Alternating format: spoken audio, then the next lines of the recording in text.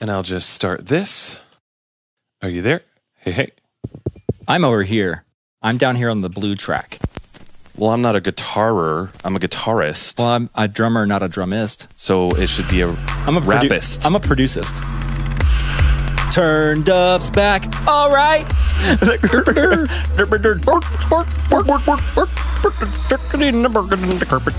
Broadcasting from Nashville, Tennessee, offering a glimpse inside the music industry, shedding light on things they don't want you to know, and exposing some of the industry's biggest secrets. You're listening to the Turned Up Podcast, presented by Real Sound Media. Here are your hosts, Jake Jones, Der Fluffen Bunningston Carpetier, and Robert Venable.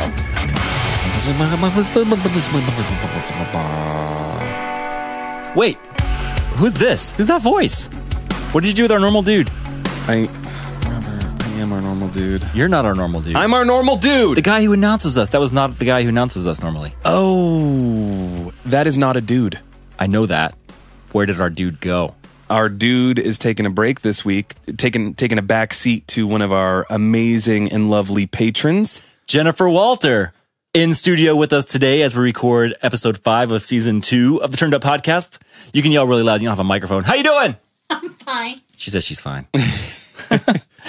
She's sitting on the big green couch on the other side of the room and gets kind of sneak peek of behind the scenes of what we're doing today as we do it live in studio for her. What's the name of your studio? Have you figured it out? I don't have a name. You still don't have a name? No, I've heard a lot of suggestions, but I haven't officially named it yet. All right, keep those suggestions coming because this studio needs a name. This is, let's just call it The Studio. Dun, dun, dun. So profound. No? It's an idea. Of all the ideas you've had today, that is one of them. That is actually the only idea I've had today. Okay, fair enough. It's been a pretty brainless day today. That's okay. What are we talking about today, Jake Jones? Oh, you know, that big award show called the Scammies. That's my favorite one. Yeah, they give it out to musicians and producers and all that kind of stuff. We're talking about if award shows are completely just lying to us, if they're rigged, what goes on behind the scenes, some things we're going to talk about, the history of them, how artists get nominated, a lot of criticism, controversy, as well as music performances and how the performers are chosen, and what's in those gift bags that all the celebrities get at the end of the award shows. So, Robert, I mean, this is all old news to him because he, of course, is Grammy nominated. He's been to the Grammys. He was up to win one. He's also Dove Award winning. He's also Dove Award winning. He's got gold records for hundreds of thousands of records sold by the... You and I actually met at one of the Dove Award ceremonies, and we took pictures on the red carpet together. We did. We should post that. We should. We'll post that. Okay. Anyway, go on. You were talking about me. Go to Instagram. No, Robert is an amazing friend. He's my best friend in the whole world, and he's so talented. He's a talented producer, a talented songwriter, mix engineer, recording engineer. He also is an insane drummer for the band As We Ascend. What a great band that I am in. They're such a great band. That's why they're so great. And actually, you and I attended. It just came up in our friendiversary yesterday on Facebook. We've officially been friends on Facebook for 3 years now. Is that what it said? 4 years. Oh, I think whatever. And it was us accepting our awards for Best Rock Album of the Year and Best New Artist. Best New Artist. Best New Artist. Yeah, Rock Album of the Year and Best New Artist of the Year. Something. I don't know. Whatever. They all blend together. Just kidding. For you. Whatever, dude. This guy's won them all on the floor here. He's got, what is that? Cutlass in front, Disciple. Stars Go Dim. Stars Go Dim. Yeah, some no names. Kelly Clarkson's up on the wall. Never heard of her. Number 1 Billboard plaque. My whole point is the guy knows what he's talking about, and he's absolutely amazing and somehow still incredibly humble. We just spent some time in Europe together. We spent a lot of time in Europe together. We did. We just got back. I'm still jet lagged.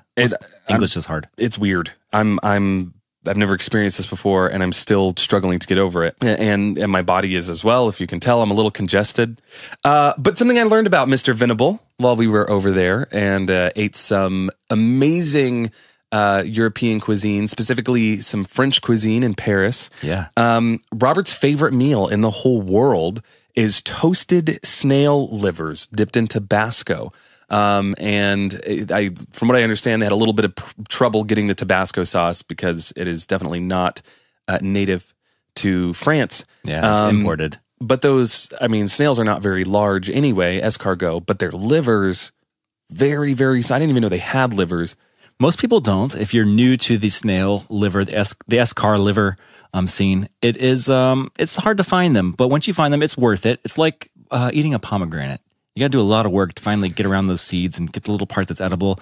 But dang it if it's not worth it. And then when you mix that Tabasco sauce in there, man, it's mostly Tabasco sauce and just barely any liver. And you can't really taste the liver at all. On our flight back, I was reading your food forum all about escar liver. And you had some really interesting things to say. .net, yeah. Why don't you tell our listeners what you wrote up about it from Paris? What I was saying, and this isn't completely in French, but it's translated to English, it's a little loose here. It said basically, if you don't have Tabasco or are unable to import it to wherever you are, ketchup works just fine. And you don't even need the liver from the snails to get that full flavor. Any little grains of dirt or sand might work. And it tastes the same. It's really all about the sauce. Americans haven't quite nailed it yet, but the French, bon appetit, as they say in Spanish. So, making fun of my digestive habits and my culinary choices is Jake Jones, the one, the only. Not only is he the founder of JakeJonesProductions.com. I'm really original with names, by the way. As you could tell, I worked really hard to name that website. He is also a mix engineer and songwriter with Shoalsville Music, a singer and guitarist in the band As We Ascend, formerly of We As Human. I'm sure you've heard his stuff. You can find it online. A producer, man, you do it all. You do it all. Number one Billboard charting. You're looking at me cross-eyed right now. Number one Billboard charting songwriter and producer and mixer. Man, it's weird how you and I crossed paths. Yeah. We do the same things and get to work on the same bands together, and it's a lot of fun. It is weird how we cross paths. Unfortunately, we're not allowed to say publicly because of the court order. Yeah, but that's okay. But what I wanted you to talk about right now is, I'm not going to say too much. I'm not going to give it away because I want you to share the Fluffy Bunny Carpet campaign. Fluffy Bunny Carpet campaign. So oftentimes we buy pet bunnies. Oftentimes we do. And they just don't live very long. I haven't mastered it. I found out that you do have to feed them. That's one thing we've been getting wrong for a while. Man, okay. I was wondering, I was like, really? Why do so many people like pet bunnies if you only have them for a week? No need to save all those Kroger bags anymore. My solution was to use the bunnies and turn them into fluffy bunny carpets. And I started with an Etsy site selling these. They haven't been selling too quickly, but I'm campaigning to make it a thing. So I sent a letter to IKEA to see if they would pick up my new line. What do you think they'd call it? I don't know. I think Fluffy Bunny Carpet campaign is. What is that in Swedish? Because I know they name all their things Swedish names. So go ahead and say that. Because I know you've been keeping that under wraps, but here's the big reveal. Der Fluffen Bunny Sten Carpetier. Der Fluffen? Campanagen. That's the Swedish translation. Directly from the Webster. Their Webster dictionary. Oh my gosh. Work. We should probably stop talking about fluffy bunny carpets and Swedish words and jump right into the award show stuff, because a lot of this could be pretty controversial and we might get in trouble for this because we are really tightly tied into this, including being voting members of the association. So this could be fun. So what I really love about this episode in particular, Robert, is that you helped, not only did you help with the invention of audible music for enjoyment, recreational music, but then at some point you decided we need to start celebrating these artists. So you decided that, hey, we should start having award shows and award ceremonies for the artists. But it seems that over time, over the last, 300-400 years, things have slowly changed and evolved in the music industry is from what you remember when you were in your early 200s. Right. It was a good time. I'm gonna let you finish. But Beyonce had one of the best videos of all time. Shut up, Kanye. Oh my gosh. Kanye. That guy. Tweet me. So let's start since you know so much about the history of these from going through them all. We should probably talk about first, just to declare, since you and I are based in the United States, a lot of these award ceremonies are going to be based around American and a little bit of Canadian award ceremonies. I know there are tons of other ones all over the world, and we're going to get a lot of hate tweets saying you forgot about the awards. Awards. We're going to get sued. But I mean, here are a few of them that we're going to talk about are the AMAs, the American Music Awards, the Billboard Music Awards, the CMT Country Music Awards, the GMA Dove Awards, MTV Video Music Awards. The VMAs. The VMAs. The Junos, which is a Canadian one. The Much Music Video Awards, again, Canadian. And we all know the Grammys, probably being the most notable. When you think of music awards, everybody wants a Grammy. I want a Grammy. You want a Grammy. We want Grammys. And so let's talk about a little bit of the history here. I know the first CMT award was in 1967, and it was originally called the Music City News Awards. Sounds boring. Really boring. The Junos are like the Canadian Grammys, 1970. Those are great. I want one of those too. The AMAs, 1974. The VMAs, which are hosted by MTV, 1984. The Billboards, first one was in 1990. And of course, yeah, the Grammys. We're going way back on that one. 1959. 1959, the year of our Lord. So here's how it came about. It actually came about as a result of the Hollywood Walk of Fame project. Did you know that? I did not know that. However, it makes sense because I have seen on the Hollywood Walk of Fame Grammy. Oh yeah, the gramophone. Yeah, insignias on the whatever those are called, the big tiles, the plaques, the placard, the tiles. Yeah, yeah.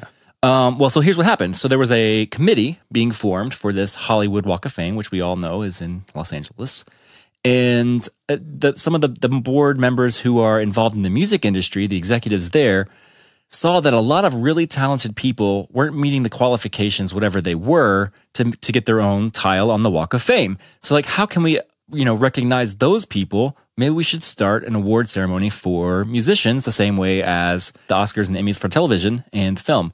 So that is actually how they formed the National Academy of Recording Arts and Sciences, the NARAS, or the Academy which is referred to when you talk about the Grammys and the voting. I want to thank the Academy. That's them.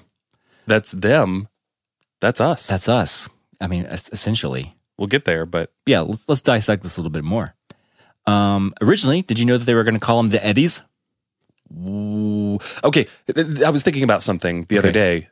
The Grammys, right? It doesn't sound weird when you say it because we know what it is. Right. The Eddies sounds ridiculous. Yeah, but that would have been normal. That would have been normal because there's this new award show thing that we're talking about, blah, blah, blah. Yeah. Trying to name it. And I think you suggested a name. And I was like, that kind of sounds dumb. But the Grammys is actually really dumb. Right. It's just because we know what it is. It's short for the gramophone, the instrument, the device that could play back music in the time. And the gramophones just doesn't quite have the same ring to it. Right. But that was originally what it was called. But they were going for the Eddie after Thomas Edison, who invented the phonograph. Oh, okay. Yeah. But like I said, the first annual Grammys, originally called the Gramophone Awards, was May 4th in the year 1959. What was it like? I didn't make it that year. I was too busy replacing the tire on my Model A. Okay. Yeah, they didn't even have tires, but I just replaced it anyway. Well, fair enough. And Model A's were way out of style, but you know how I am, vintage rolls, and that's cool. You still have a Model T, I think? Yeah, it's working on it. It's always in the shop. You know how they are. Fix or repair daily. That's what Ford stands for. Fix or right. And that's what I do every day. Every day for the last... couple... 60, 70 years? Yeah, ish. So there were two separate ceremonies, right? That's what I heard. Held simultaneously on the same day. There was the Beverly Hilton Hotel in Beverly Hills, California, and Park Sheraton Hotel in New York City, holding the Grammys at the same time. It's weird. I guess it wasn't televised, so maybe that's what they did to like reach the most celebrities, the biggest group. I don't know. Well, and I mean, while transportation had already progressed quite far, still had not progressed like it is today. And yeah, I guess you're right. Might have been more of a pain in the butt to fly everybody out to LA or everybody out to New York. True statement. Ella Fitzgerald won the most awards that year, being 3. A lot of people won 2 awards, but she won the most. She was the Taylor Swift of their day. So what were some of the big categories that year? They have a lot of the same ones that we have now: the record of the year, the album of the year, the song of the year, which we should probably, let's discern the difference here. The record of the year goes to an individual song. It's given to the performing artist, the producers, the sound engineers, the mastering engineer, and all the guys who mixed it. The way to remember that is think of it as a product of the recording studio. So the record of the year is the thing that comes out of the recording studio. That all at one, like in one piece, is what they're voting on. So everyone involved. Yeah. And then the album of the year is the whole album from the first song to the very last and everyone in between. And originally the album of the year award only went to the artist credited with the creation of the album and to the album's producers. Which now we know, and we've talked about it on this podcast before, that a lot of times the artist is literally just the person standing up in front of the audience. Sometimes not even the person's voice, as we know with Milli and Vanilli. But even then, of course they're talented, but those aren't their songs. That's not their production. They didn't come up with the chords or the music or the anything. They're just performing. Right. So that's the album of the year. And then the song of the year is just that. It doesn't actually honor the performer of the winning song. Instead, it goes to the people who wrote the song, the songwriters. Makes sense. And the artist might accept the award and do the whole reception speech. But that's probably because they are listed as one of the songwriters. And people want to see those guys up there on stage rather than random songwriters who they've never heard the names of. So that's pretty much it. But there are other categories too, Jake, like the children's category, which was the Chipmunk song, Christmas Don't Be Late. Your favorite song? Yeah, Alvin and the Chipmunks. I play it on repeat. That's how I go to sleep. Comedy. Which, same song won that one. Same song won that one. They really loved Chipmunks back in 1959. Singing ones. I mean, that song still comes on every year, Christmas time. It's so good. They have the classic country and jazz and pop. One of my favorite ones was the packaging and notes category, which they've still had. I mean, I don't know if they have it still. They do recently. Yeah, the album artwork and stuff like that. But it's one of my favorite ones. So like the best album cover photography, and the winner was Frank Sinatra for Frank Sinatra Sings for Only the Lonely. So wait, he took the picture? I guess he was in the picture. We should find that picture and post it. Okay. All right. But the next one's my favorite. We were just talking about this before we started. Yeah. R&B, Best Rhythm and Blues Performance, was by just an R&B classic. I mean, when you think R&B, you think of this song. You got to go back before Jodeci. You have to go way back before R. Kelly and all the good ones. And there was a great one. I always think of Pee Wee Herman. Go on. Keep going. And then it picks up right here. Tequila. Yeah. There's only one word in the whole song and it just repeats, I don't know, like 4 times. If you ever need to sing karaoke, this is the song you need to do. Best Rhythm and Blues Performance. Yeah, the best. When I think R&B, I definitely think of the song Tequila. Like, I think they just needed someone to put in that position. I don't know. That was kind of weird. Side note, there's a hilarious video on YouTube of somebody doing karaoke to Tequila. The whole 4 minutes, just standing there. And then whenever it says Tequila, he jumps in. With Tequila. A very bored looking demeanor.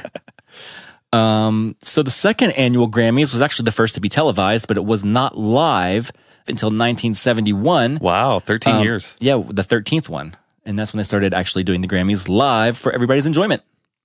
The number of categories fluctuated over the years and at one time grew to over 100 different awards. That would be boring. Let me tell you, I've been to the Grammys, I've been to many award ceremonies, and I leave early. I'm that guy. I can't stand sitting there so long seeing the same thing over and over again.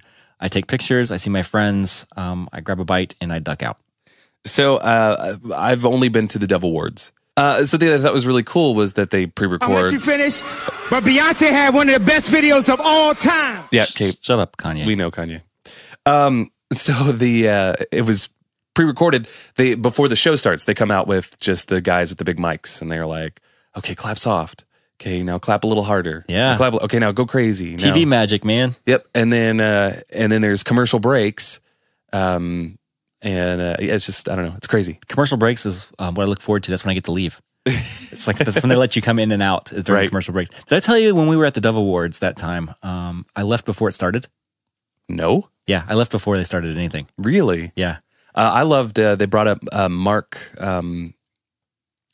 Schultz, Tremonti. I'm looking at all the marks I can think of. He was part of the Gaither vocal group. I don't know his last name. Mark Lowry. Huh. So I love that they brought up Mark Lowry anytime in those like 90-second, 2-minute, whatever breaks, and he'd come up and do like a comedy skit, and it was so funny. Yeah, I missed all of that. It was great. He wrote "Mary, Did You Know?" Oh yeah, that's a good song. Mary, did you? Yeah. Christmas classic. Absolutely. So the Grammys, the big coveted, that's the award. We were just with Seth Mosley not too long ago. He's got a few of them, lots of them up in his studio. And he has one less now. Yeah. I don't know where it went. Don't let Seth know. Don't look over here. And so upon stealing that, upon looking at them, Right, just looking. up close, Not touching. at his studio, not at yours, Not putting in a backpack. we noticed that they are made beautifully. They are beautiful. But we learned some about the process of how they're actually made. Yeah, they're gold plated, and each one, depicting a gilded gramophone. But they're actually made and assembled by hand in a place called Billings Artworks in Ridgeway, Colorado. I watched The How It Was Made thing. How It Was Made thing, yeah. Me too. So in 1990, the original Grammy design was changed from a soft lead like thing that's probably killing people to a stronger alloy, less prone to damage, making the trophy bigger and grander. But did you know, and this is what I learned from that show, and you and I were talking about this previously, that they own the rights to this new kind of alloy, the zinc alloy. They trademarked it, and it's called Gramium. Gramium. So I want to make something out of Gramium. Maybe a grill. Should I have a grill? Maybe a toilet. Like a toilet out of Gramium? Toilet out of Gramium. What if we just win a Grammy and just use it like a toilet? That probably wouldn't work. It's pretty small, but it could be done. So if I win a Grammy, I'm going to put it on my toilet. You did not just come up with this on the spot. You've said this as long as I've known you. Yes, I tell everybody I know this so they don't take my idea. When I have a Grammy, it's going to sit on the back of my toilet. That's just where it's going to belong. And there's a reason for that, right? Because as big of an honor as it would be to win one, it's not quite as big of an honor as... Don't spoil it. Okay. We're going to get there. We'll get there.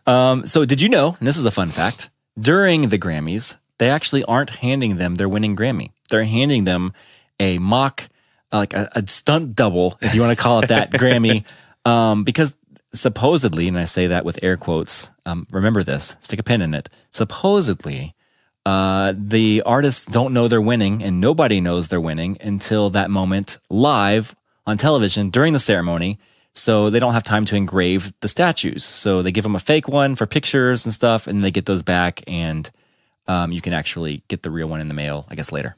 Because it would look awful suspicious if you won. Oh, gasp. Me? What? What? I didn't know. And neither did the 10 people that worked in the engraving company and the postal service. Yeah, that's kind of letting the cat out of the bag there. But, so yeah, just keep that in the back of your mind. So how do you get nominated? And this actually it's fairly new to me. Last year, our band As We Ascend was up for nomination.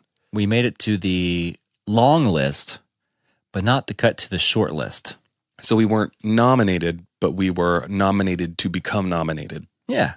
And I learned a lot through that process about how it's done, and it's not like I thought. Yeah. So companies or people registered with the NARAS may submit works to be nominated, and the entries are made online. But then you actually have to submit a physical copy to the NARAS to be reviewed by the 150-person panel to make sure it's eligible for that category. And we'll just call the NARAS the Academy. Wow, that's cool how we did that together, Jake. Let's get married. That's chemistry. Wow. That was Gramium. Those results are then sent to the voting members like you and I, and there are a lot of those. And each member can only vote in 9 of the 30 categories on their ballot. So that kind of keeps people from, it minimizes the ability and keeps them from, just kind of spam voting or whatever in categories they know nothing about. Yes. So the 5 recordings with the most votes in each of those categories becomes an official nominee. And those are the ones that we see on TV when they display and announce the nominee for blah, blah, blah, blah, blah. Those are the ones they get to announce. So that would be called the first round of voting. And so that's happening right now, kind of middle towards the end of October. Yeah. And then, so once they make the final ballot, those are sent to the voting members, again, who can only vote in 9 of 30 categories, and encouraged to only vote in categories of their expertise. So they're encouraged, but doesn't mean that actually happens. And then the ballots are tabulated secretly by the major independent accounting firm. I don't know how to pronounce this, but I'm going to try. Deloitte Touche Tomatsu, which is one of the big four accounting firms that do a lot of stuff like this, but they're one of them. And then the winners get the trophy and the nominees get a medal. A participation award. Hey, congratulations to you. But something to remember is that media companies may submit the entries, but they can't vote. But there's a lot of speculation in the industry, and we've talked to people, and we know that this kind of happens, is that even though the media companies can't vote. And what do you mean by media company? Like the label, the publishing house. Managers. The managers, like the firms, any kind of company. They can submit it for nomination, but they can't vote.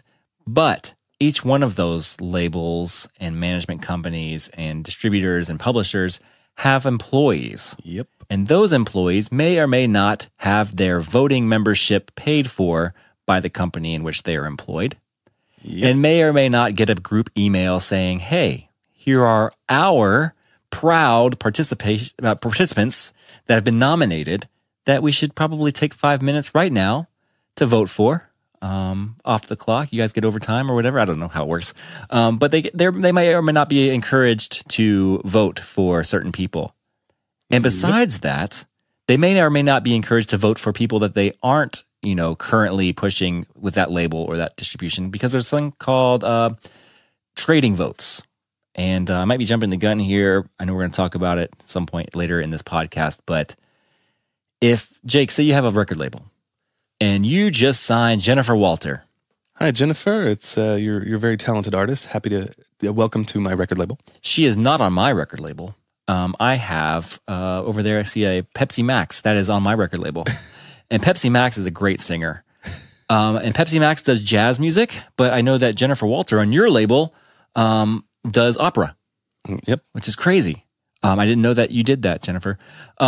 She's amazing. She also didn't know that, she says.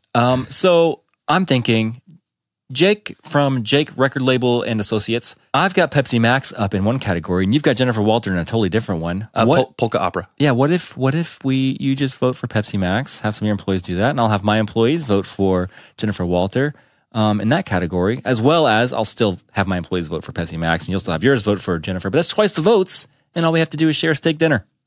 That's it. Done. Okay, cool. And the importance of that process is that they are in very different categories, because if you had a polka opera singer named Coke Zero, if I did, and then I've got Jennifer Walter, and your people vote for my polka opera singer, I'd fire my people, right? Because that's a conflict. Finish, but Beyonce had one of the best videos of all time. Goodness gracious, we freaking know. Kanye, tweet me. So the Grammys are supposed to be based on talent and art, and not sales and charts. But that may not always be the case either. That's right. So what year was this? This was last year, 2 years ago? Last year or 2 years ago, I can't remember. One of those. So the song 24 Karat Magic by Bruno Mars. Yeah, great song. Actually won over Despacito.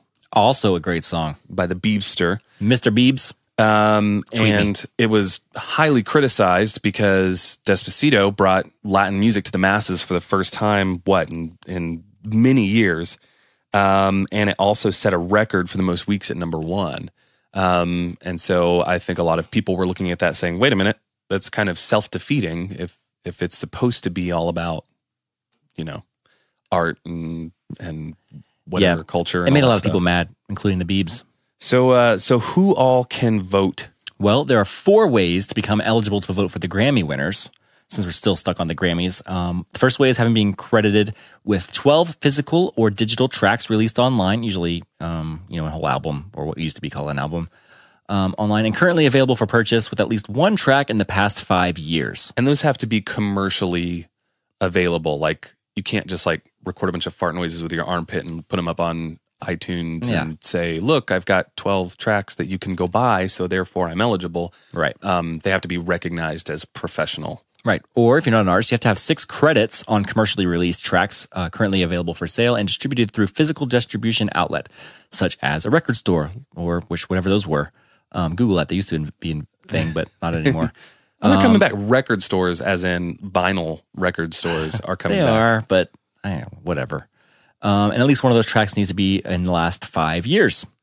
Also, you must have either won a Grammy before. That's another way to do it. So, I mean, I guess they'd let you in if you've won a Grammy. That's cool.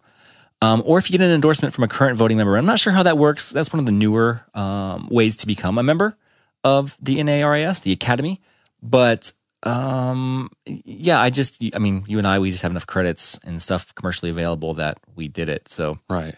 I'm guessing if you went in, shoot us a message. We'll see what we can do for you. So in the interest of the Academy, it's not free. It is not. They are paid members. There's a membership dues that are, required every year. I think they're around $100 just to be part of the member. But it's kind of cool. I mean, you get to go to cool events and see concerts and get swag and get to vote, which is, if you care, a big thing. Let's move into some of the more interesting things. This is where it starts to go behind the curtain and where we might start getting into a little bit of trouble. Let's talk about some criticism of award shows. Do you remember when Pearl Jam won the Grammy for Best Hard Rock Performance? It's like mid-90s. You might not have been born yet. I was 8 years old in 1996, the year that Pearl Jam won. But Pearl Jam 10, I remember the album very well prior to 1996 because it's one of the few albums that played on repeat in my house. So Eddie Vedder, the singer of Pearl Jam, said on stage, "I don't know what this means. I don't think it means anything." Which, whether that statement is true or not, Eddie Vedder was a big-time player in the grunge scene. Yeah. And it was kind of important to his career to not care about that kind of thing. Okay, so what about Maynard James Keenan, the lead singer from Tool, the metal band? Love me some Tool. He actually did not go to the Grammy Awards ceremony to receive one of their awards because, quote, "I think the Grammys are nothing more than some gigantic promotional machine for the music industry. They cater to a low intellect and they feed the masses. They don't honor the arts or the artist for what he created. It's the music business celebrating itself. That's basically what it's all about." I'm going to refute that just a little bit. All right. In that it is that big machine and that very mentality, low intellect, as he says, that allowed him to have such a thriving career. Sure, maybe a different aspect of the machine. Sure, but I don't know. I don't know either. Playing devil's advocate. And you were telling me something about Sinead O'Connor, but I don't remember what it was. Sinead O'Connor just recently converted to Islam. I do know that. Interesting. In 1991, Sinead O'Connor became the first musician to refuse a Grammy, boycotting the ceremony after being nominated for Record of the Year, Best Female Pop Vocal Performance, and Best Alternative Musical Performance, which she won. She said that her reasoning came from the Grammys' extreme commercialism, which if you know anything about Sinead O'Connor and her actually kind of popping up in the headlines this week, it takes very reading a couple of tweets to realize that she is very controversial. She is. I mean, anything for, a news headline. Yeah, that's what they say. Didn't she shave her head bald? Yep. Yeah. Okay. So, I mean, that's a thing. Fairly certain it's still bald. Probably. I mean, I wonder if she's balding. Just like everything else in the United States, the awards also have been called racist, sexist, and, quote, a commercialized cash cow. And I can see, I mean, if you've watched the Grammys recently, the last couple of years, there's been a lot of trying to turn that around and trying to say, no, we're not, look at this, and no, we're not, look at this. Which, I mean, I don't know. I don't know if they intentionally did it or not, but good for them for trying to rectify it. Absolutely. I think the problem comes in when you start being dishonest with how you run awards, then everything comes unraveled. You're no longer honoring talent. You're honoring your best interest. And so you can't make the argument that, no, we're not racist. We just, we're just representing the most talent. It's like, no, you're not. You're representing the highest bidder. And we haven't gotten there yet. Yeah, okay. So what about their lack of appreciation for rock music? Sorry, I'm not passionate about this at all. It's about to get worse. It's about to get worse. I mean, even last year on the Grammys, they televised, categories like Best Comedy Album of the Year. I mean, that's a thing, and that's cool. There are still comedy albums? There are, and I listen to them every now and then, but they didn't, just so they did not televise a single rock category at all. Not at all. Not a single one was televised, and I tweeted about it, and no one cared. But so part of me, I go back and forth. Part of me is like, you know what? Great. Because you know what? That is rock and roll. Rock and roll shouldn't be televised. Rock and roll shouldn't be the glitz and glam and the lights. Rock and roll should be underground because that's where it was born and that's where it's always thrived. And the second that we brought rock and roll out and made it top 40 and beautiful and poppy and awesome, people liked it for a minute, and then just like with everything else, they got tired of it, and it had lost its core fan base. It became a shell of itself, and then crashed and burned, and now that's why it's not televised at the Grammys, and I'm going to go cry. Man, it's okay, Jake. It's okay. I mean, it's nice to have recognition for your work, and the hundreds of people who are behind those rock albums coming out are sitting there watching the Grammys going, okay, cool, thanks for nothing. Right. You know what I mean? Yeah. It sucks. It sucks. You and I have being part of that, in the rock industry. And then that's not just the Grammys, by the way. I'll let you finish. But Beyonce had one of the best videos of all time. Okay. Thanks, Kanye. It's getting old. Who had the best video of all time? I'm pretty sure it was Taylor Swift, not Beyonce. So eat that, Kanye. Yeah, Kanye doesn't know. What does he know? Jeez. Okay. Well, he is the greatest rock star of all time. That's what he said. That is what he said. But yeah, there are other award ceremonies that are also starting to put rock on the back burner or blur the lines. And we've talked about this before, where you're starting to see albums show up on the rock charts that aren't rock, in our opinion of rock. Well, shoot, the winner, even though it wasn't televised, the winner of the Grammy for what rock album of the year last year was a band that nobody knew. Yeah, I remember when. Still not hearing about them. Yeah, that's odd. Let's talk about some controversy in the industry. Oh, there is plenty. Let's start off with the National Nomination Review Committee. So of the artists typically selected for a category by the broader Academy voter group, the review committee actually whittles it down to 5. Those 5 artists are never obscure, unsigned artists like out of left field. Rather, they are typically more established acts, often supported by a label or publisher. So layman's terms. If you're not famous already, you're not going to be nominated. Yep. So they're saying, and there have been some leaks on this, and we'll talk about that in a second. Unless you're rock. Right, then who knows what is going to happen. I mean, no one's going to hear about it anyway, so you do whatever you want. But yeah, so it's going to be whittled down to 5 by this committee, and those 5 are going to be people we've heard of. I mean, the Beyoncés, the Drakes, the Kanyes. And so this doesn't matter who wins the most votes. This committee is going to be like, don't say that yet. Yeah, so this is more than just a conspiracy theory. So leaked emails show a very concerted effort to keep certain artists out of the nomination ring, including Linda Torney. So Linda Torney is a person who shocked the Grammy system by scoring a nomination in the Best Americana Album category back in 2012. And in the moments right after that nomination, she was criticized for, quote, gaming the system through clever self-promotion, particularly by lobbying to members on a member networking platform called Grammy 365. So, Jake, I don't know if you've logged into Grammy 365 yet, but it's actually the portal that's there for voting Grammy members. And that's what has like a calendar for the Nashville events here or the LA or New York events, as well as the nominations, and says, hey, you should be voting by now, plus has a forum. And in the forum, legally, you're not allowed to say, vote for me. You can't say, I'm up for blah, blah, blah, vote for me. There's very tricky wording you have to use. So what you say is, hey, I made an album. This is for your consideration. For your consideration. That's the key. It's the same in the film industry. It's the same in the TV industry. For all the big award shows, you can't lobby for votes, but you can promote your album to people who are happen to be voting members and say, this is for your consideration. Just letting you know. Sometimes, in order for them to tell you for your consideration, they might take you out for a nice dinner or buy you something really nice. Exactly. With a little card that says, for your consideration. One of those leaked emails came from Lewis Myers, a Grammy voting member and co-founder of South by Southwest, who has since passed away. Rest in peace. But he wrote to the artist personally, this is to Linda Torney, and said, quote, so the voting process now has zero integrity, and all the praise that the Recording Academy president, Neil Portnow, gave your efforts were complete BS.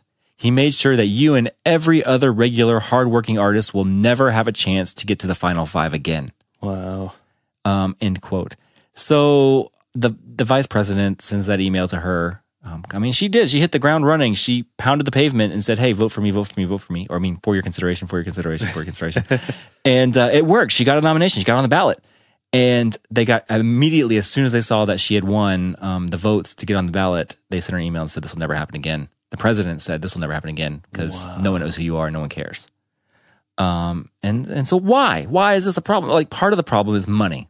Recognized names draw in more advertising dollars, obscure names don't.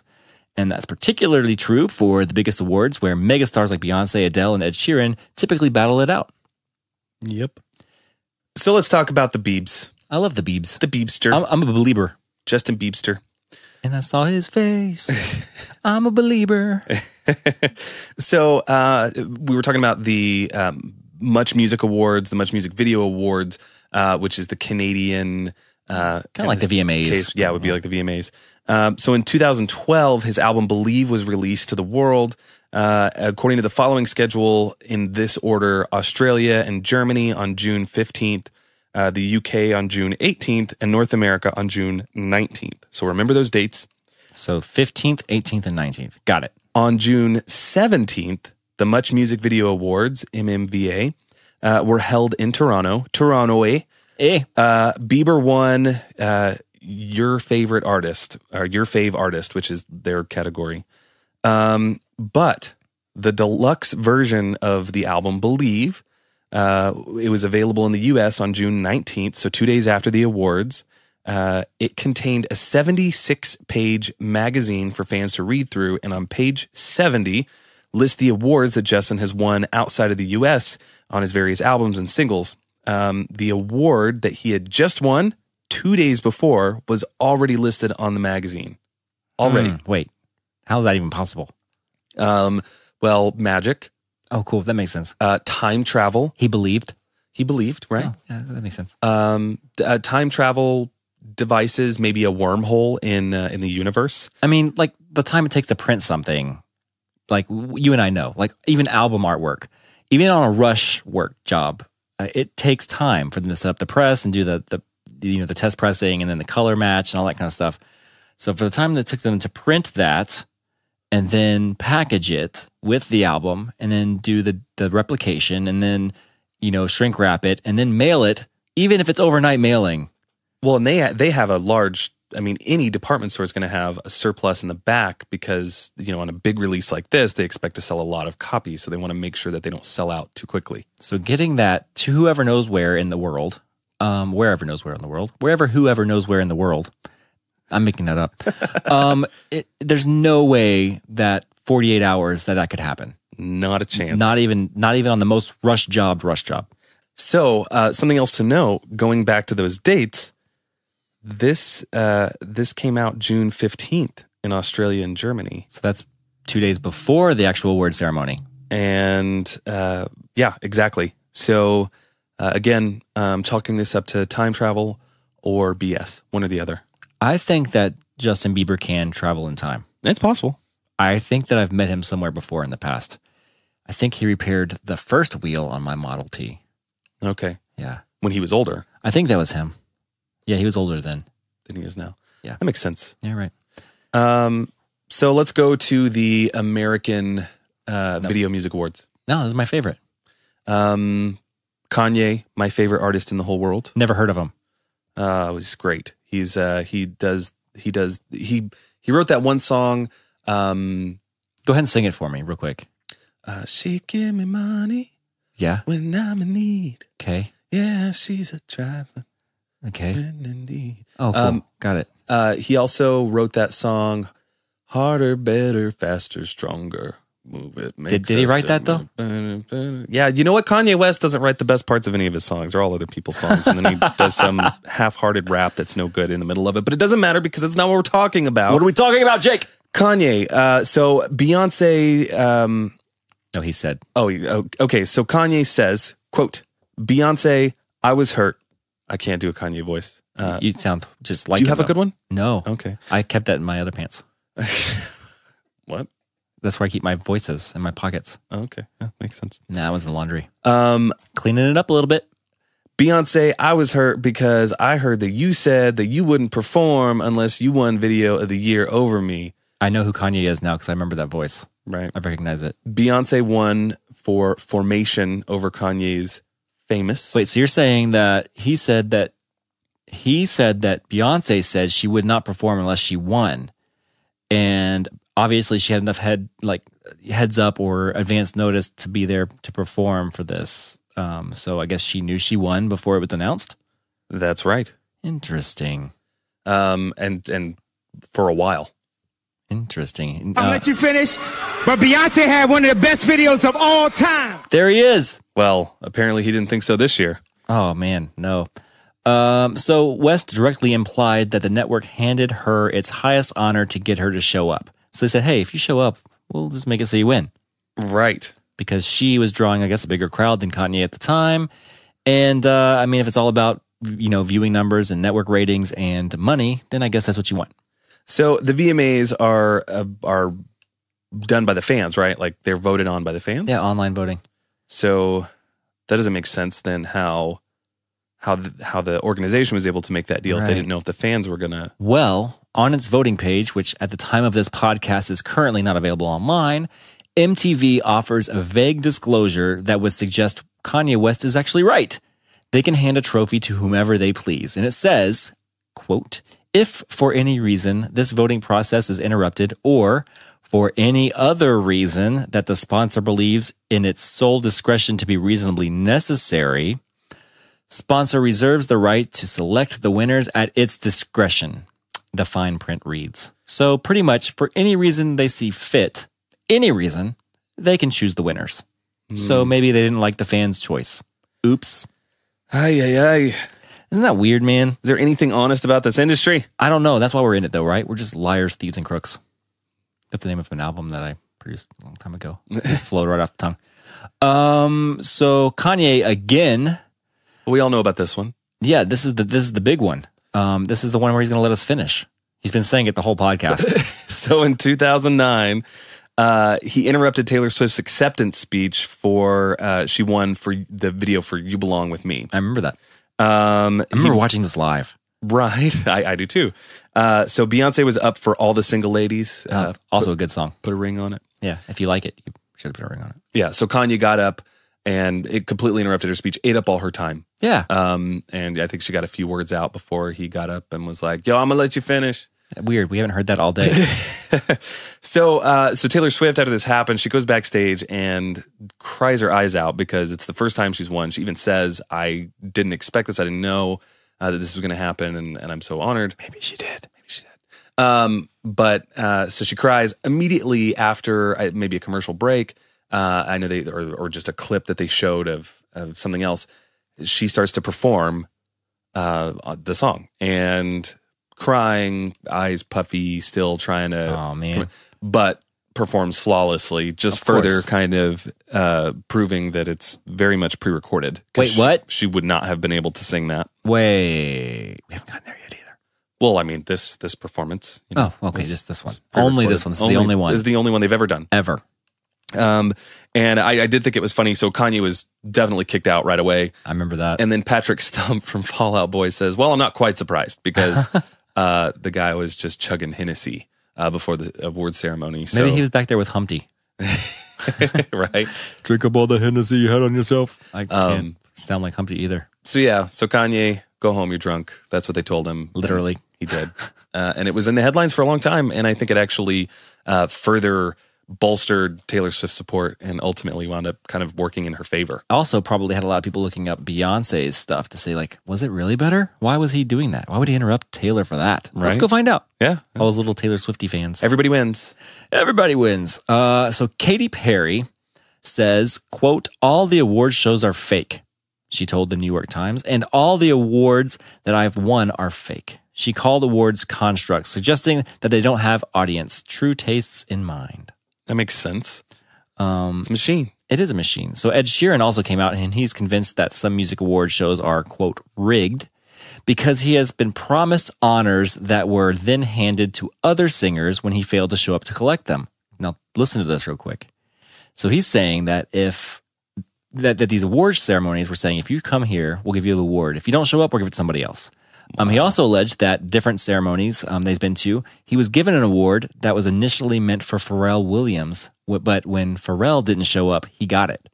Oh, wow. And he says, quote, like most award shows, you don't know what's going to happen, whether it's rigged or not. But I won an award in the summer for a very big award show, and I won it because Pharrell didn't turn up.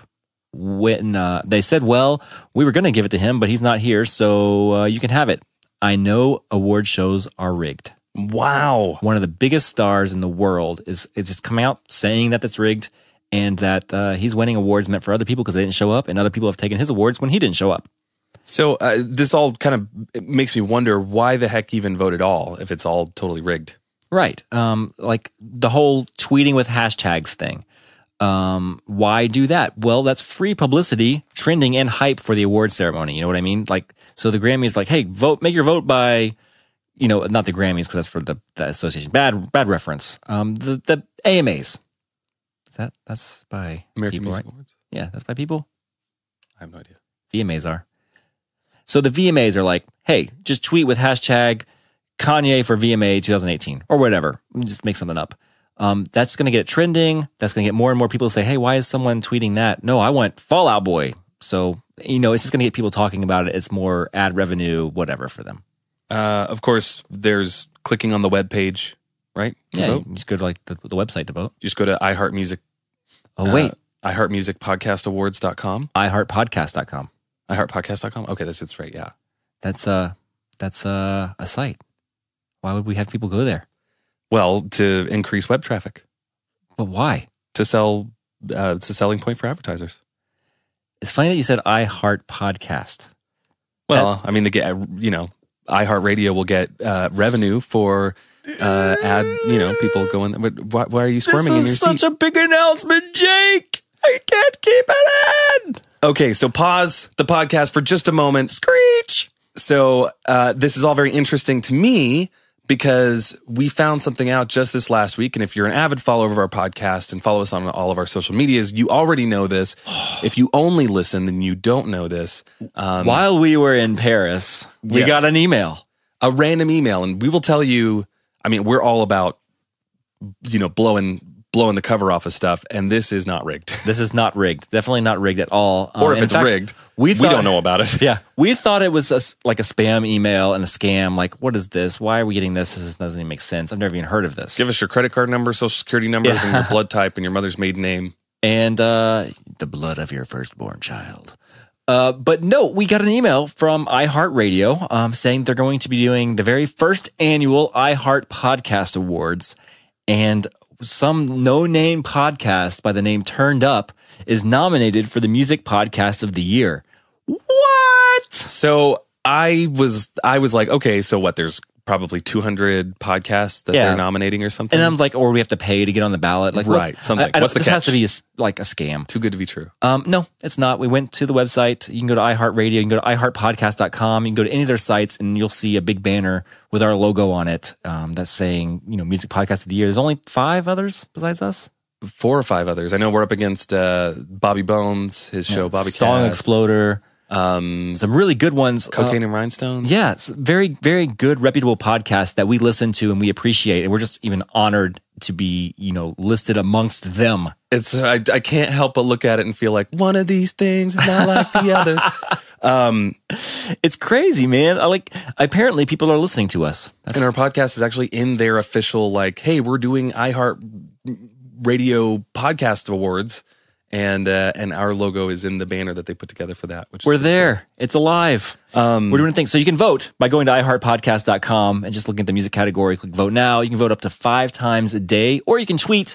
Just follow us on Twitter at Turned Up Podcast, and we put all the information there too. But how funny is that you're literally saying right here, these fan decided things, right? They do. You can tweet with hashtags. Or you can go to the website to vote. That's how you get the word out. However, if you do go to the iHeart site, there's not a bunch of ads. It's just music stuff and podcast stuff and links to our podcast, which you're already listening to. So, go listen to it again. Why not? But I think we can win this. We can. Jennifer's going to help us, right? She says yes. One of our patrons, Jennifer Walter, sitting in here. If you're just now joining us, which is weird because you can play the podcast from the beginning. But if you happen to start right in the middle, we've got Jennifer Walter sitting in the studio with us, one of our podcast patrons, and she's over there laughing her head off at the stuff we're saying because we're goofballs. So, I'll let you finish. But Beyonce had one of the best videos of all time. Okay, so here we are. At all of these award ceremonies, there are performances, right? Yes, there are. I've seen them. how are these performing artists selected? I've wondered that. Do they have to be winners? Do they have to be nominated? Are they just random? Well, you and I have played in a band, continue to play in a band, but that was nominated and we did end up winning. But we were asked to perform at an award ceremony. And we went there, we performed, and then we won a couple of awards. So that might be a little insight into how this kind of works to get the artists there without telling them, because we didn't know we were going to win. Did we accidentally see one of our trophies? Oops. Ahead of time? It might have been sitting there on the shelf as we walked by to sound check or something, and we did see our band name on that. Oops. And did we get an email from someone involved saying, I think you guys are really going to want to make sure you show up to this award show? It was highly suggested that we show up, if at all possible. So we did kind of high fives. We might win, and then we, played with Play-Doh and made little statues for ourselves just in case we didn't. But we ended up winning, and it was kind of cool. But here's how they actually are selected. We talked with Nobody because we found this on the internet. We found an article by Ken Ehrlich, and he's the TV veteran that has produced the Grammys since, 1980. And he says in a People magazine interview, quote, this is a long one, stay with me, here we go. Quote. Wait. You're not Kanye. I want you to give me your best. I'm going to let you finish, okay? No, I want you to give me your best Ken Ehrlich? Ehrlich? Impression. Let's go. Well, I don't know what he sounds like, so this is what I think he sounds like. Okay, so this is his interview with People magazine, 1980. First time his voice has ever been heard on the Turned Up podcast. Here it goes. This is really him, by the way. Here, take the mic real quick, Ken. Okay. It's an incredibly compressed production period because one of the rules of the Academy is that you can't book anybody until the day of the nominations. So I'll talk to the artist and I'll usually have a pretty good idea of what I'd probably want. And then it's a scramble. Like December 15th, the artist community clears out for the holidays and Christmas and such, and they don't come back until January 5th or 6th. So I scramble in December to get the least, at least 10 acts booked and started creatively. I can't talk right now. So hard to do that. So he said he starts to scramble in December to get at least those 10 acts booked and started creatively on what we want to do. But then I basically shut it down, not out of choice, but because you can't really do anything until after the first of the year. And then in 4 or 5 weeks, the rest of the show comes together and it's just a scramble. He says it's a scramble like 5 times. I wonder if he likes omelets. Maybe he likes scrambled eggs instead. Maybe. But does anything ever go wrong? He continues to say, there are times when someone's not ready to go and we have to pad a minute or so. We'll figure something out that we can do. And then there are times like last year when I had to reconfigure the whole first 45 minutes of the show because, as you may recall, Rihanna dropped out and our friend Lauren Hill decided she didn't have to come into the building until 2 minutes before the weekend was on. And that was not a fun hour of the show last year. So it looks like it might be a little stressed. So now something we covered in the first episode ever of Turned Up because of our friend Lester. Yeah, Lester Estelle. We know that sometimes in these award shows, parts are not necessarily live. The musicians may not be playing or the singers might not be singing. I mean, that happens anyway in just when you go to a concert. But let's just set the record straight here, though. So the Grammys veteran audio coordinator, Michael Abbott, insists that lip syncing at the Grammys has been decidedly outlawed. I mean, he just said it, so it has to be true. And his quote is, while we don't allow lip sync on the show, some performances are so demanding in terms of sound design that there has to be some of what we call track augmentation, which might involve Pro Tools or some other kind of playback. What a fancy way to say miming musicians that they're pretending to play. In the articles I was reading online, it was saying that that reputable sources are telling people that most of the artists are playing the backing tracks and the lead vocals are there in case the lead singer is sick or has an issue or gets really quiet or out of breath, that the song goes on and it's not distracting to the viewers. You think how much ad revenue is coming in? Millions and millions and millions of dollars. Sure. They're not going to let the show go down because all of a sudden Rihanna's nose itches in the middle of her singing and she has to pull her mic away to scratch it. He goes on to say, what I want to point out is, unlike almost every other televised award shows in the United States, the Grammys are committed to having every microphone on stage be live. I mean, they could be live. How quiet do they have to be? Right. I mean, That's on, but you can mute it. Right? I don't. It's But what's your definition of live, sir? It's like it's plugged in and going somewhere most of the time. So another quote I found online says this, quote, "So when they go to perform it, they have the support of the stacks they recorded. They have the effects on the background vocals." And that's a quote from Grammy-nominated recording and mix engineer Ariel Shobaz. That's what he told ABC News 2020. He goes, "They're singing it on top. It's kind of like karaoke in a way." Which is completely true. And to their defense, you have to think, how many artists are performing? A lot. Plus, they've got microphones for all the different presenters, speakers, MCs, all over the arena, and consoles can only hold so many channels, and one person can only mix so many at a time. And these changes have to be fast, especially because they're live. It's live, yeah. You can't, you can't have a 45-minute changeover. It has to happen immediately. And so a lot of times it's you get what you get. So you want to make sure that the song sounds amazing. You want to make sure everything's there. You're not going to have time for a sound check. And that's exactly what Ariel says in this next quote. He goes, "I've been involved in some very big broadcast shows like the Grammys and the AMAs, and the time schedule is so precise, it's physically not possible to mic an entire band for every segment that comes up." It's crazy. So U2 last year, first they popped up to sing Triple X with Kendrick Lamar for the opening performance. It was a good performance. Fine. Yeah. Then Bono sang "Get Out of Your Own Way" on a boat in front of the Statue of Liberty. How'd he get there so fast? That's crazy. Robert, we've been over this. Wormholes, time travel, it happens. It's a thing. The pre-recorded aspect given away by the setting sun behind Bono at 10 p.m. Yeah, it's crazy how the sun was still up at 10 o'clock at night while he was on that boat, and how he got to that boat so fast. That's weird to me. Maybe they moved the Statue of Liberty and the boat up to, the Arctic Circle where the sun stays. Oh, if anybody could do that, it'd be Bono. It would be Bono. And then like Beyonce in 2014. So rumors of her lip syncing hit the web shortly after performance was done. And as many people noted, that halfway through her performance, she pulled out her earpiece for no apparent reason. Also, seemed a little too flawless at points, and around the 2-minute and 50-second mark of her performance, it appears that she misses her vocal mark and pulls the mic away from her mouth, but her voice can still be heard crisp as day. Fans weren't pleased and let off a whole barrage of complaints on Twitter saying that she lip-synced to a pre-recorded vocal track just like she did at President Obama's inauguration. No way. They called her out, man. Oh, man. The Beehive was mad. I feel like you don't do that for an event like that.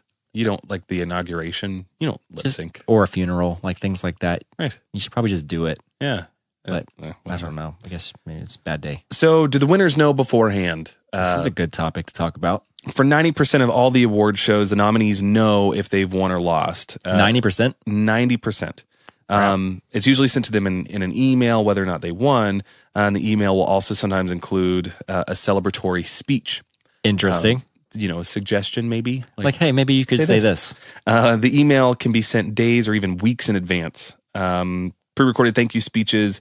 How else would they get that, right? Like the ones on, where like, hey, I couldn't make it tonight, but thank you for letting me win this award. I'm honored. Exactly. And that's something that I've caught before and kind of wondered, like, how do they do that if they didn't know they were going to win? Skyped in something? I don't know. No, they're definitely pre-recorded. Some of them are actually like produced really well, and that's, Teen Choice Awards, the Junos, Much Music. They've all aired pre-recorded acceptance speeches for the artists that couldn't make it. But there was something you were telling me about with 21 Pilots because you've worked with them. Yeah. And about them kind of spilling the beans on this, right?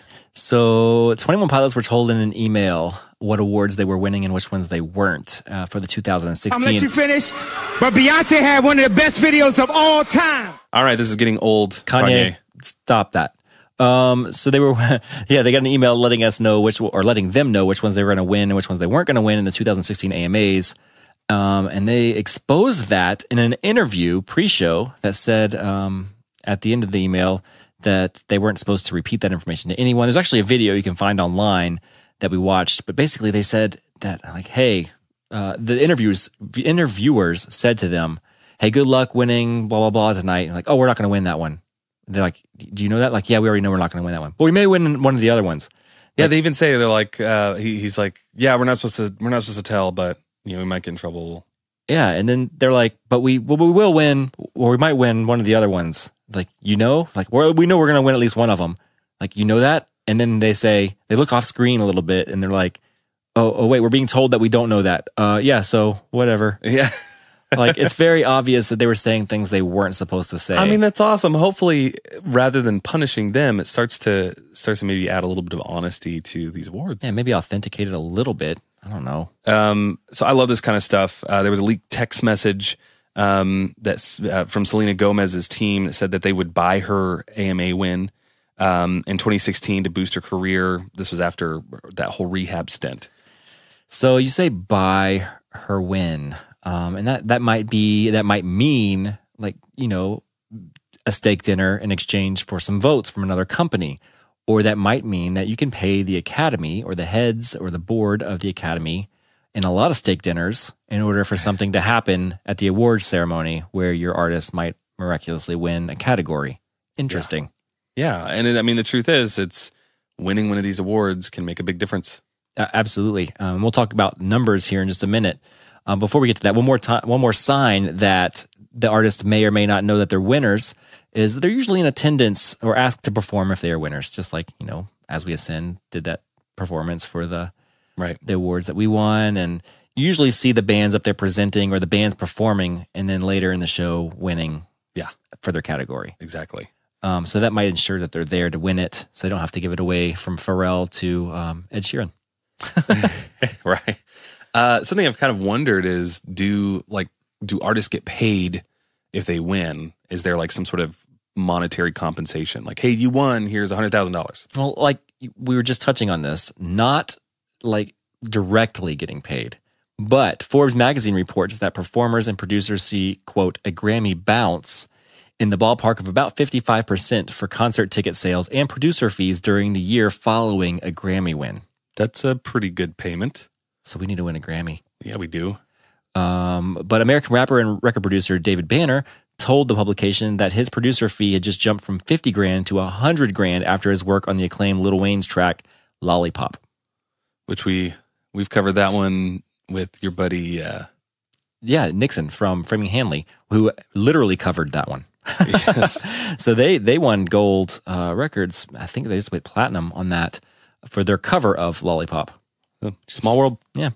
And also T-Swift, Taylor Swiftie, T-Swizzle, saw a 380% increase in her touring acts following her first Grammy win in 2010. Her nightly gross earnings jumped to $1.1 million. Goodness gracious. A night. Wow. $1 million a night for good thing Grammys were there. Good, man. No joke. So if anybody knows anybody who can get us a Grammy, tweet me. More than the one we already have, because we just stole that one. So my favorite thing that I wanted to talk about on this whole podcast is kind of happening right now. The gift bags, the swag, the stuff we all get. So when you go to the Grammys or any award show, you see those celebrities on the red carpet with these huge gift bags and getting into the limos with arms full of stuff. But everybody wants to know what's in it. How does it get there? What is it? What's it worth? Why these incredibly wealthy celebrities need a gift bag? Let's talk about it. So gifts include Tiffany cat collars, Gibson guitars, trips to deserted islands, cashmere sweaters, teeth whitening products, jewelry, sunglasses, and designer leather bags. In 2010, the goodie bags were valued at like $50,000 for the Grammys. Yeah, that's nuts. What did it have in it? Free airport concierge service, liquor, coffee, snacks, subscription box credits, as well as jewelry and clothing. All the same stuff. So like the 2018, like last year's CMT gift bags had soaps full of moonshine and mix for old fashions and tomato candles and custom made jewelry, a lot of organic cacao bars and northern white birch toothpicks and y'all socks and Goop Glow super powder, all sorts of stuff that you would think that hillbillies from Tennessee would want. No joke. 2017 VMA gift bags included gold-plated cross pin. Oh, I like those. MCM baseball caps, perfume, memory foam pillows, which are really nice. Oh, I like those too. Cole Haan leather bags, headphones, Timberland boots, vintage wine, Godiva. Is that how you say it? Godiva? Godiva chocolates. Shoes and more. And I had Godiva. I just didn't know if it was Godiva or Godiva. I think it's Godiva. That sounds right. So the AMA gift bags valued at $31,000 Check this out, and this is one I would want, maybe not for Baja Fresh, but Baja Fresh VIP Pass lets the celebrity and 5 of their closest friends eat for free all year. Wow. Chipotle, hit me up. LASIK surgery, Jamaican vacations, Ben & Jerry's free for a whole year, American Airlines flight vouchers, Samsonite luggage, Tempur-Pedic mattresses. There's even like a home microbrewery system you get, and plus all like the chocolates and stuff. Okay, so this is what I thought was the most interesting, and really the light bulb went off above my head.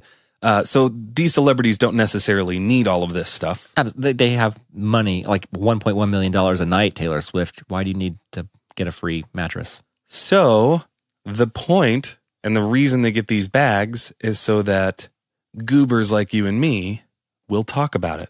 And how many brand names did we just mention? 32. So I just made that up.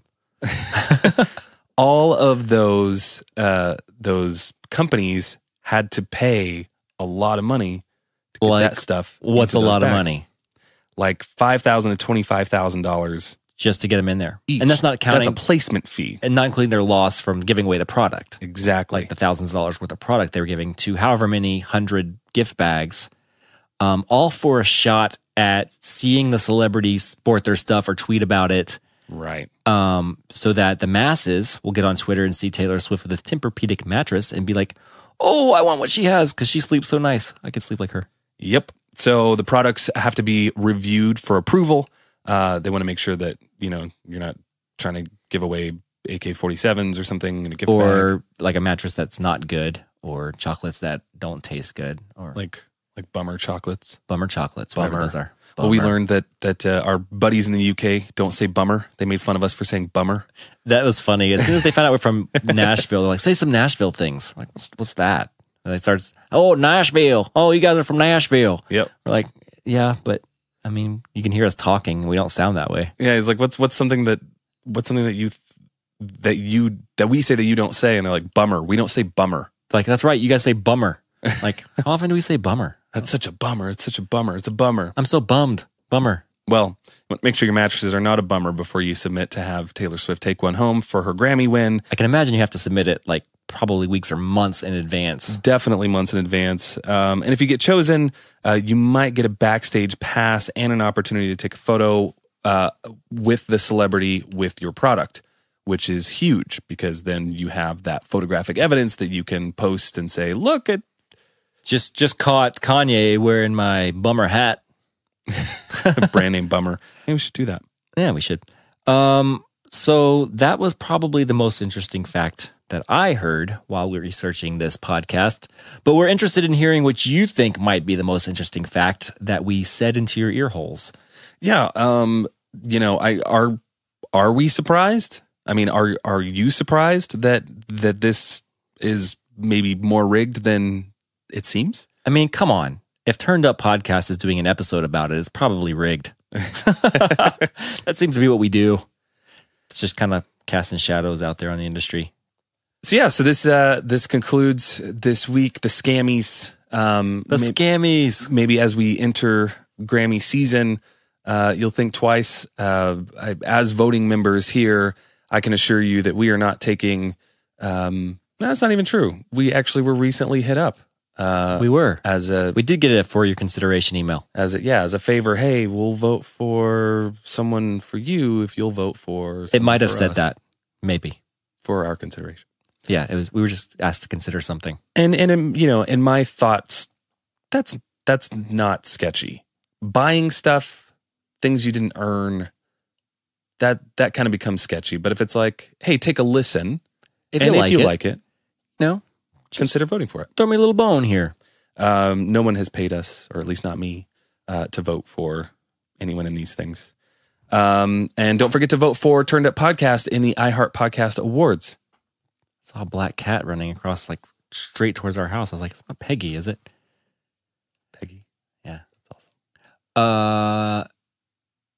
Yeah, at iHeartPodcast.com. Look for the music category, click vote now. You can do it 5 times a day, or just head over to our social media accounts and you can see the little hashtags you can use. Yeah, there's 3 hashtags. Make sure your post includes all 3 hashtags. And you could say whatever you want. You'd be like, Turned Up Podcast sucks, and then use the 3 hashtags. We'll still get the vote. And you can do it on Instagram too. But check us out at Twitter and Instagram at Turned Up Podcast. And of course, Facebook.com/ Turned Up Podcast. And on the web at turneduppodcast.com. We didn't even rehearse that. That was crazy. We should take this show on the road. We are so grateful to our patrons who make this podcast possible week to week.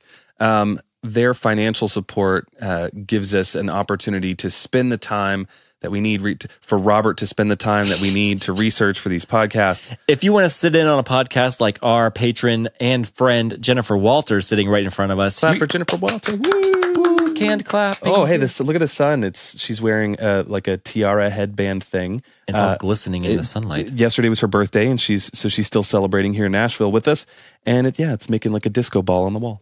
That's not disco, but that's what it's doing in my head. Okay, well, that's fair enough. Normal.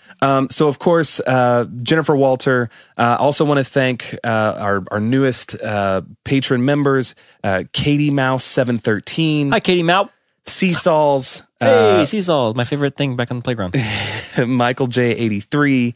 Davin C. Casey, who just released some more music yesterday. Oh, man, all these people. Love that guy. Laura Ann Elise 7. Hello. Which I thought her name was Lauren Elise. It's so funny. You're way off. Way off. Samantha Seeger. Hey, Sam. Natalie B. Nat. And Josiah 820. Man, all these different numbers at the ends of your names. Your parents are weird. Huge thank you. Yeah, thank you so much for keeping us in your ear holes. We do appreciate that. And of course, for making all of this, for giving us this platform, we want to thank Real Sound Media. Thanks, Real Sound. You're welcome. Thank you. Thank you, Rob. Thank you, Robert and Robert's hungry stomach for growling into the mic. Is it going to do that? It's what it sounded like. Yeah, it's weird. Thank you, Robert, for your research. Thanks, man. And for being nominated for Grammy. And thank you, Jake Jones, for doing the mixing and editing on this episode, as well as your input and research into your microphone over there. Make sure to please, whatever you do, don't only vote for us, iHeart. That's the most important thing. Vote for us in the iHeart Podcast Awards. But also go on to Stitcher, PodBean, iTunes. iHeart. All the things. Anywhere that you are listening to this podcast or that you might listen to this podcast, and leave us a rating and a review. Please, please, please. You have no idea. That helps us tremendously in the charts. That is one of the determining factors in our chart position is, hey, are people reviewing and rating your podcast? Well, let's spin the magic wheel and see what rating we're asking for this week. I stutters there at the end. Just give it a second. It'll catch up. Bing.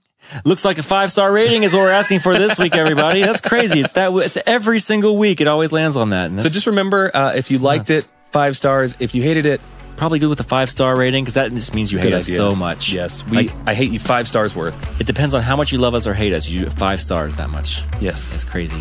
We get it all the time. Oh man.